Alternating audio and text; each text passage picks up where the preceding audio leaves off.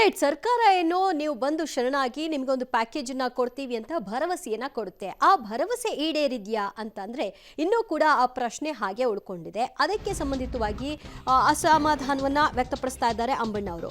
ಕೆಲವೇ ಕ್ಷಣಗಳಲ್ಲಿ 6 ಮಂದಿ ನಕ್ಸಲರು ಶರಣಾಗತಿಗೆ ಪ್ರಕ್ರಿಯೆಗಳು ಆರಂಭ ಆಗುತ್ತೆ. ಸರ್ಕಾರ ಈಗಲಾದರೂ ತನ್ನ ನಿಲುವನ್ನು ಬದಲಿಸಬೇಕು, ಸರ್ಕಾರ ಕೊಟ್ಟ ಮಾತಿನಂತೆ ನಡೆದುಕೊಳ್ಬೇಕು. ಆ ನಂಬಿಕೆಯೇ ನಮಗಿಲ್ಲ ಅಂತ ಹೇಳ್ತಾರೆ. ಯಾಕಂದರೆ ಹಿಂದೆ ನಡ್ಕೊಂಡಿರೋದು ಹಾಗೇ ಇದೆ. ಜನ ಗನ್ ಹಿಡಿದು ಕಾಡಿಗೆ ಹೋಗಿದ್ದೇ ಸರ್ಕಾರದ ನೀತಿ ನಿಯಮಗಳ ವಿರುದ್ಧವಾಗಿ ಅವರ ಹೋರಾಟಗಳಿಂದಾಗಿ. ಆದರೆ ಈಗ ವಾಪಸ್ ಬನ್ನಿ, ಎಲ್ಲವನ್ನೂ ಬಿಟ್ಬಿಡಿ ಅಂತ ಹೇಳ್ತಾರೆ. ಬಿಟ್ಟ ನಂತರದಲ್ಲಿ ಅವರಿಗೆ ಕೊಟ್ಟ ಭರವಸೆಯನ್ನ ಈಡೇರಿಸಿದ್ದಾರಾ? ಅದು ಇಲ್ಲ ಅಂತ ಹೇಳ್ತಾರೆ ನಕ್ಸಲ್ಲ ಜಯಣ್ಣ ಅವರ ಸಹೋದರ ಅಂಬಣ್ಣ ಅವರು. ಏನು ಹೇಳಿದ್ದಾರೆ ನೋಡಿ. ಚಿಕ್ಕಮಗಳೂರು ಜಿಲ್ಲಾಡಳಿತದ ಮುಂದೆ ಇಂದು 6 ಜನ ನಕ್ಸಲರು ಸಮಾಜದ ಮುಖ್ಯವಾಹಿನಿಗೆ ಬರ್ತಾ ಇರುವಂಥದ್ದು. ಹಾಗಾಗಿ ಈ ಬಗ್ಗೆ ಮಾತನಾಡೋದಕ್ಕೆ ಏನು ಜಯಣ್ಣ ಅಲಿಯಾಸ್ ಮಾರಪ್ಪ ಅರೋಳಿ ಅವರ ಸಹೋದರ ಕೂಡ ನಮ್ಮ ಜೊತೆ ಇದ್ದಾರೆ. ಅವರನ್ನು ಸಹ ಮಾತಾಡ್ಸೋಣ. ಸರ್ ನಮಸ್ತೆ. ಸರ್, ಈಗ 2 ದಶಕಗಳ ನಿರಂತರ ಹೋರಾಟದಿಂದ ಸಮಾಜದ ಮುಖ್ಯವಾಹಿನಿಗೆ ಬರ್ತಾ ಇರುವಂಥದ್ದು, ಈ ಬಗ್ಗೆ ತಮ್ಮ ಫಸ್ಟ್ ರಿಯಾಕ್ಷನ್? ತಮ್ಮ ಸಹೋದರ ಮಾರಪ್ಪ ಜಯಣ್ಣನಾಗಿ ಬದಲಾವಣೆ ಆಗಿದ್ದು ಸರ್ಕಾರ ಮಾಡ್ತಕ್ಕಂಥ ನಿರ್ಲಕ್ಷ್ಯದಿಂದ. ರಾಯಚೂರು ಜಿಲ್ಲೆಯಲ್ಲಿ ಭೂಮಾಲಿಕ ವ್ಯವಸ್ಥೆ ಭಾಳ ದಟ್ಟವಾಗಿತ್ತು.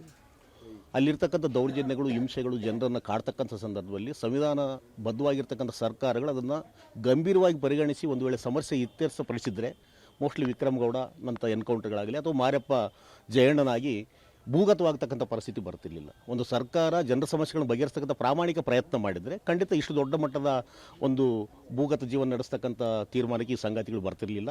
ಮತ್ತು ಬೇರೆಯವರು ಹೇಳ್ತಾರ ಮಾರಪ್ಪ ಆಗಿರ್ಬೋದು, ಅದನ್ನ ಜೊತೆಗಿರ್ತಕ್ಕಂಥ ಸಂಗಾತಿಗಳು ಅಥವಾ ಇದಕ್ಕೂ ಮುಂಚೆ ಇರತಕ್ಕಂಥ ಸಂಗಾತಿಗಳು ಕೂಡ ಅವ್ರು ಯಾವುದೋ ಭ್ರಮನಿರಸನರಾಗಿ ಅಥವಾ ದುಡುಕಿನ ನಿರ್ಧಾರ ತೆಗೆದುಕೊಂಡು ಅವಸರದ ನಿರ್ಧಾರದಿಂದ ಬಂದಿರತಕ್ಕಂಥವರೆಲ್ಲ ಈ ವ್ಯವಸ್ಥೆಯನ್ನು ಮಾರ್ಪಾಡು ಮಾಡಲಿಕ್ಕೆ ಜನಚಳವಳಿಯನ್ನು ಕಟ್ತಕ್ಕಂಥ ಪ್ರಕ್ರಿಯೆಯಲ್ಲಿ ಬಂದವರು. ಆದರೆ ಸರ್ಕಾರ ಕೊಡ್ತಕ್ಕಂಥ ತಾತ್ಸಾರ ಮನೋಭಾವನೆ ಇದೆಯಲ್ಲ, ಸರ್ಕಾರ ಜನರ ಸಮಸ್ಯೆಗಳನ್ನು ಬಗೆಹರಿಸ್ತಕ್ಕಂಥ ನಿರ್ಲಕ್ಷ್ಯ ಇದೆಯಲ್ಲ, ಆ ನಿರ್ಲಕ್ಷ್ಯ ಮತ್ತೊಂದು ಹಂತಕ್ಕೆ ಅವ್ರು ತೆಗೆದುಕೊಂಡು ಹೋಗಿರ್ತಕ್ಕಂಥ ಪರಿಸ್ಥಿತಿ. ಹಂಗಾಗಿ ಮಾರಪ್ಪ ಜಯಣ್ಣನಾಗಿ ಮಾರ್ಪಾಡಾಗಿ ಮತ್ತೆ ಜನಚಳವಳಿಯಲ್ಲಿ ಬಂದು ಪ್ರಜಾತಾಂತ್ರಿಕವಾಗಿ ಸಂವಿಧಾನಿಕ ಹಕ್ಕುಗಳಲ್ಲಿ ಮಾಡಲಿಕ್ಕೆ ನಾನು ಮತ್ತೊಂದು ಸಾರಿ ತಯಾರಾಗಿದ್ದೀನಿ ಅನ್ನೋ ಭರವಸೆ ಬಂದಿದೆ. ಅದಕ್ಕೋಸ್ಕರ ಸರ್ಕಾರ ಅದ್ರ ತಕ್ಕಂಗೆ ನಡ್ಕೋಬೇಕು. ಈಗಾಗಲೇ ಶರಣಗತಿ ಆಗಿರ್ತಕ್ಕಂಥ ಹಲವಾರು ನಕ್ಸಲ್ಸ್ಗೆ ಒಂದು ಸಮರ್ಪಕವಾಗಿರ್ತಕ್ಕಂಥ ಪ್ಯಾಕೇಜ್ ಸಿಕ್ಕಿಲ್ಲ. ಇನ್ನು ಕೆಲವರು ಜೈಲಲ್ಲಿದ್ದಾರೆ. ಆ ಥರದ ನ್ಯಾಯಾಂಗ ತೊಡಕುಗಳನ್ನು ಬಗೆಹರಿಸ್ತಕ್ಕಂಥ ತುರ್ತು ಕ್ರಮ ಈಗಲಾದರೂ ಸ್ಟಾರ್ಟ್ ಆದರೆ ಖಂಡಿತ ಜನಚಳವಳಿಗೆ ಇನ್ನೂ ಬರ್ತಕ್ಕಂಥ ಸಂಖ್ಯೆ ಹೆಚ್ಚಾಗ್ಬೋದು ಮತ್ತು ಜನಚಳವಳಿಯಲ್ಲಿ ವಿಶ್ವಾಸ ಇರ್ತಕ್ಕಂಥ ಸಂಖ್ಯೆ ಹೆಚ್ಚಾಗ್ಬೋದು ಅನ್ನೋದು ನಮ್ಮ ಅಭಿಪ್ರಾಯ.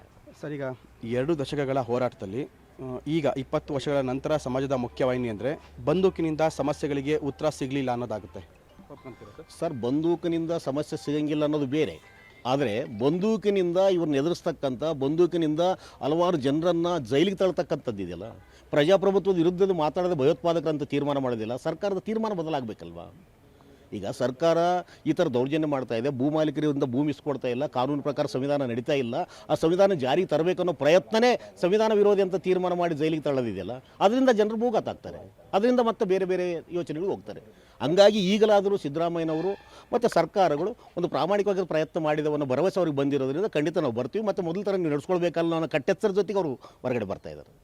ಸರ್, ಈಗ ಸರ್ಕಾರ ಒಂದು ಬರೋದಕ್ಕಿಂತ ಮುಂಚೆ ಒಂದು ಹೇಳುತ್ತೆ, ಬಂದಮೇಲೆ ಒಂದು ಹೇಳುತ್ತೆ ಅನ್ನೋದು ಅವತ್ತಿಂದನೂ ಶರಣಾಗತಿ ಆದಂಥ ಎಲ್ಲ ನಕ್ಸಲರದು ಒಂದು ಆರೋಪ ಇರುವಂಥದ್ದು. ಈಗ ಸರ್ಕಾರ ಕೊಟ್ಟಿರೋ ಮಾತನ್ನು ಉಳಿಸ್ಕೊಳ್ಳುತ್ತೆ ಅನ್ನೋ ನಂಬಿಕೆ ನಿಮಗಿದೆಯಾ? ಸರ್, ಖಂಡಿತ ಸರ್ಕಾರ ನೆರವೇರಿಸಬೇಕು. ಇಲ್ಲದೆ ಹೋದರೆ ಜನಚಳವಳಿ ಮತ್ತೆ ಬೇರೆ ಬೇರೆ ರೂಪಗಳು ತರಲಿಕ್ಕೆ ಇವರೇ ಕಾರಣ ಆಗ್ತಾರೆ. ಈಗ ಆಗಿರ್ತಕ್ಕಂಥ ತಪ್ಪುಗಳು ಮರುಕಳಿಸ್ಕೊಳ್ಳಾರ್ದಂಗೆ ನೋಡ್ಕೊಳ್ತಕ್ಕಂಥ ಜವಾಬ್ದಾರಿ ಸರ್ಕಾರದಲ್ವಾ?